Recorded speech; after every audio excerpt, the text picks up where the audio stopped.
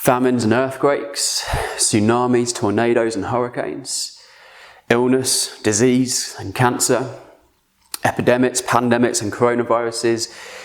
There's suffering in the world.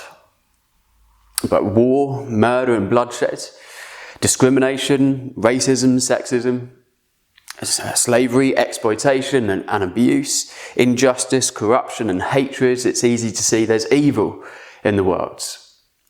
And our natural response is to ask why. Why do these things happen? And if God exists, why does he let them happen? And the thing is, if you've ever found yourself asking the why question, who is it that you're actually asking that to? You see, if God doesn't exist, there isn't really anyone to ask that why question to. Surely this is just the way the world is. Accidents happen, molecules make mistakes leading to diseases, viruses and suffering. Actually, could it be we ask the why question because God is real? And we get angry at suffering. It makes us ask why? Why does God allow so much evil and suffering? And this might be the most difficult question that we look at throughout the entire series. But to be honest, I think we need to turn the finger around. Rather than pointing the finger at God in rage, we need to point the finger at ourselves and ask why we have been the cause for such evil and suffering. We're told in the Bible, in the beginning, in Genesis, that God made a perfect world. A world with no evil, no suffering, no sin. And we clearly see we are the cause of the evil and suffering in the world. It was humanity, not deity, not God.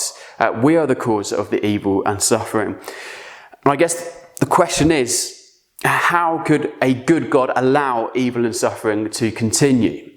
We want God to intervene. But what level does God intervene at? Should God intervene at the Holocaust level? Should God intervene at the coronavirus level? Should God intervene when we've stolen something or when we've lied?